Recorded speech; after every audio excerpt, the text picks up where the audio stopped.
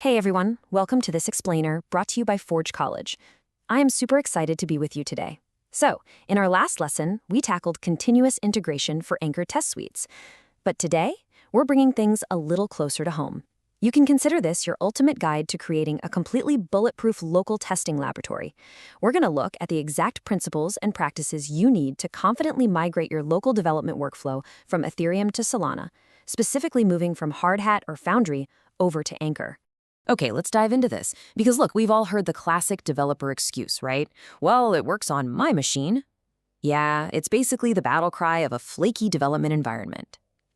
In the previous lesson, you successfully built this beautiful deterministic CI pipeline, proving that your tests don't rely on unpredictable external RPC endpoints. So the big question now is, how do we reconstruct that exact deterministic environment right on your local laptop? Literally fitting an entire blockchain ecosystem inside your machine so you can iterate rapidly. Here is our structural blueprint for today. 1. Moving from EVM to local SVM. 2. The simulation trinity. 3. Meeting the test validator. 4. Translating Hardhat to Anchor. And finally, 5. The migration blueprint. Let's get right into it. Section 1. EVM to local SVM. You see, establishing a rock-solid local network is the absolutely critical first step before you even think about designing deployment pipelines. This entire process, it's all about bridging the conceptual gap between the Hardhat workflows you're already deeply familiar with and their Solana and Anchor equivalents. We want to take that pristine, deterministic CI environment you just learned how to build and mirror it locally. That way you can iterate, break things in spectacular fashion, fix them, and test them quickly long before you commit code and trigger some heavy CI run. Section 2. The simulation trinity. To make our local sandbox actually useful, we need to understand the physics of our simulation, which rely on 3 core pillars. The first pillar is fidelity. Fidelity ensures our sandbox isn't just a toy. It needs to be a mathematically perfect clone of the target network's physics. Simply put, if your code fails on mainnet, it should feel the exact same way on your laptop. It exposes the exact same runtime primitives, the exact same constraints, and identical failure modes. The second pillar is determinism. We've all lived through the nightmare of flaky tests, right?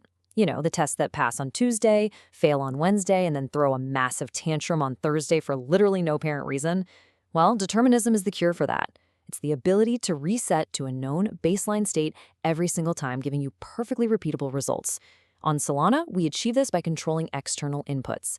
That means using fixed key pairs where tests expect deterministic public keys and pre-funding accounts with exact deterministic Lamport amounts.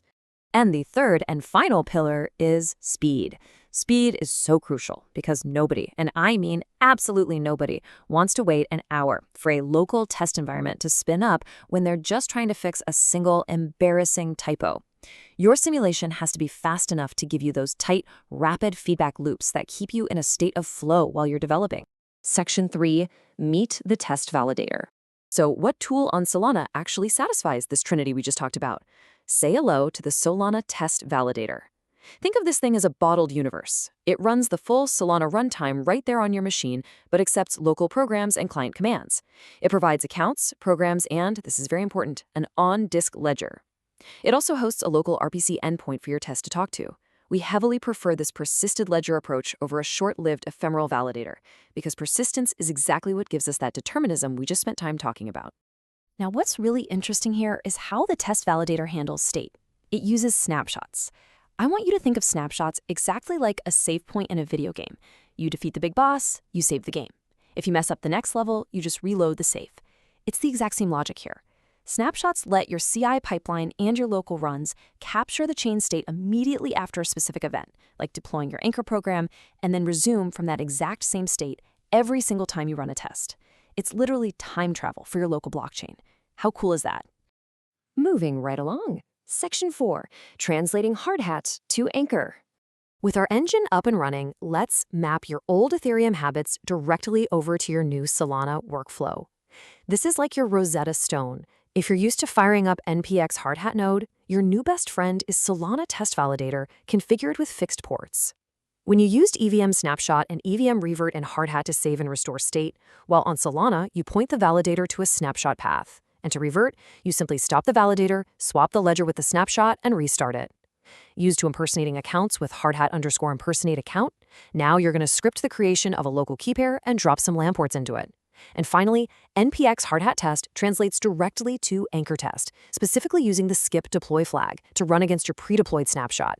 A major part of this translation is shifting how you actually think about state control. In the past, you might have relied on ephemeral accounts that magically appear and disappear. They kind of act like ghosts in the machine that inevitably cause those flaky, unpredictable tests. We want to completely banish those ghosts. On Solana, you need to rely on deterministic key pairs. These are explicitly scripted, totally repeatable, and they generate fixed public keys every single time you run them. All right, final section, Section 5, the migration blueprint. Now let's take all of these concepts and mold them into a concrete, executable workflow that mirrors your Hardhat tasks. We can write a really lightweight bash script that executes these logical steps. Step 1. Start your persistent local validator and lock it to a fixed RPC port, typically 8899. Step 2. Use Solana keygen to generate your deterministic test key pair, so your tests always use known accounts. Step 3. Build and deploy your anchor program to your local net. Step 4. Once it's deployed, copy that current ledger state to a snapshot folder. Boom, you've just created your safe point. And step 5, run your tests against that snapshot using anchor test skip deploy, so it uses the already deployed program IDs. Conceptually, it really is that breezy. I really want to emphasize a core operational habit drawn from our source text here. Keep your local scripts small and idempotent so they are easy to call from both your editor and CI. By encapsulating all that validator startup and teardown logic into a simple script, you guarantee that you are using identical, predictable settings. It won't matter whether you're running it manually on your laptop at a coffee shop or automatically in the cloud. Okay, let's summarize the key takeaways to really lock this in. You must consciously mirror your CI behavior locally. Doing this reduces cognitive load and finally kills off that "it works on my machine" curse for good. Always use persistent ledger and snapshot directories. Keep a meticulous record of your deployed program IDs and key pair locations. And always remember to use that skip deploy flag when you are running tests against your carefully crafted snapshots. So, I leave you with this question. Are you ready to simulate live transactions in your brand new local laboratory? You've got the conceptual foundation, the translation guide, and the exact blueprint. Your next step is to put all of this into practice in our upcoming lesson, running the Solana test validator and local nodes.